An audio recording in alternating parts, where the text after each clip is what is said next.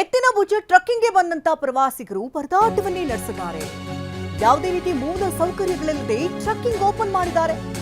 ವ್ಯವಸ್ಥೆ ಮಾಡದೆ ಟ್ರಕ್ಕಿಂಗ್ಗೆ ಅರಣ್ಯ ಇಲಾಖೆ ಅವಕಾಶವನ್ನ ನೀಡಿದೆ. ಚಿಕ್ಕಮಗಳೂರಿನ ಮೂಡಿಗೆರೆ ತಾಲೂಕಿನ ಎತ್ತಿನ ಭುಜ ಟ್ರಕ್ಕಿಂಗ್ ಇದು. ಇನ್ನು ರಸ್ತೆ ತಿಳಿಯದೆ ದಟ್ಟ ಕಾಡಿನಲ್ಲಿ ಪ್ರವಾಸಿಗರು ಪರದಾಟವನ್ನೇ ನಡೆಸಿದ್ದಾರೆ. ಕಳೆದ ಹಲವು ತಿಂಗಳಿನಿಂದ ಚಾರಣ ಕಂಪ್ಲೀಟ್ ಆಗಿ ಬಂದ್ ಆಗಿತ್ತು. ಯಾವುದೇ ರೀತಿ ಮುಂಜಾಗ್ರತಾ ಕ್ರಮಗಳನ್ನು ತೆಗೆದುಕೊಳ್ಳದೆ ಟ್ರಕ್ಕಿಂಗ್ ಅನ್ನ ಏಕಾಏಕಿ ಓಪನ್ ಮಾಡಿದ್ದಾರೆ. ಆನ್ಲೈನ್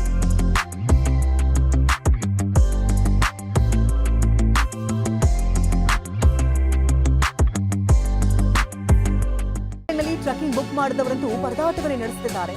ಅರಣ್ಯ ಇಲಾಖೆಯಿಂದ 5 ಕಿಲೋಮೀಟರ್ ಚಾರಣಕ್ಕೆ 300 ರೂಪಾಯಿ ನಿಗದಿಪಡಿಸಲಾಗಿದೆ. ಇದೀಗ ಅರಣ್ಯ ಇಲಾಖೆ ವಿರುದ್ಧ ಪ್ರವಾಸಿಗರು ಆಕ್ರೋಶವನ್ನು ವ್ಯಕ್ತಪಡಿಸ್ತಾ ಇದ್ದಾರೆ. ಯಾವುದೇ ರೀತಿ ಮೂಲ ಸೌಕರ್ಯಗಳು ಕೂಡ ಇಲ್ಲ. ದಟ್ಟದಾಗಿ ಅಲ್ಲಿ ಗಿಡಗಂಟೆಗಳು ಬೆಳ್ಕೊಂಡಿದೆ. ಹೇಗೆ ಹೋಗೋದು ಹೇಗೆ ಬರೋದು ಯಾವುದೂ ಕೂಡ ಗೊತ್ತಾಗದಂಥ ಪರಿಸ್ಥಿತಿಯಲ್ಲಿ ನಿರ್ಮಾಣ ಆಗಿದೆ. ಇಷ್ಟಾದರೂ ಕೂಡ ಅರಣ್ಯ ಇಲಾಖೆ ನಿರ್ಲಕ್ಷ್ಯವನ್ನು ವಹಿಸ್ತಾ ಇದೆ. ಹಲವು ತಿಂಗಳಿನಿಂದ ಈಗಾಗಲೇ ಕೆಲವು ಕಡೆ ಟ್ರಕ್ಕಿಂಗ್ಗಳನ್ನು ಕಂಪ್ಲೀಟ್ ಆಗಿ ಕ್ಲೋಸ್ ಮಾಡಲಾಗಿತ್ತು. ಈಗ ಏಕಾಏಕಿ ಓಪನ್ ಮಾಡಿದ್ದಾರೆ. ಆದರೆ ಯಾವುದೇ ರೀತಿ ಸೌಕರ್ಯಗಳಿಲ್ಲದೆ ಇರೋದ್ರಿಂದಾಗಿ ಪ್ರವಾಸಿಗರು ಪರದಾಟವನ್ನೇ ನಡೆಸ್ತಾ ಇದ್ದಾರೆ. ಹಾಗಾಗಿ ಅರಣ್ಯ ಇಲಾಖೆ ವಿರುದ್ಧ ಆಕ್ರೋಶವನ್ನು ವ್ಯಕ್ತಪಡಿಸುತ್ತಿದ್ದಾರೆ.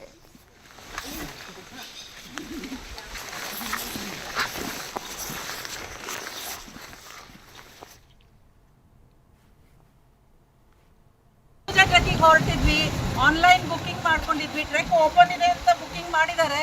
ಆದ್ರೆ ಇಲ್ಲಿ ಬಂದು ನೋಡ್ತೀವಿ, ರೋಡ್ ಬ್ಲಾಕ್ ಇದೆ, ರೋಡ್ ಕ್ಲಿಯರ್ ಮಾಡಿಲ್ಲ forest officer. This is not done. They have to clear everything and then allow everyone to book the ticket. ನಿಮ್ಮ ಜೊತೆ ಯಾರು ಗೈಡ್ಗಳು ಯಾರು ಬರಲಿಲ್ವಾ? ನಮ್ಮ ಜೊತೆ ಯಾವ ಗೈಡು ಬರಲಿಲ್ಲ. ನಾವು ಅವ್ರಿಗೆ ಕರೆದ್ರು ಕೂಡ ಅವ್ರು ಬಂದಿಲ್ಲ.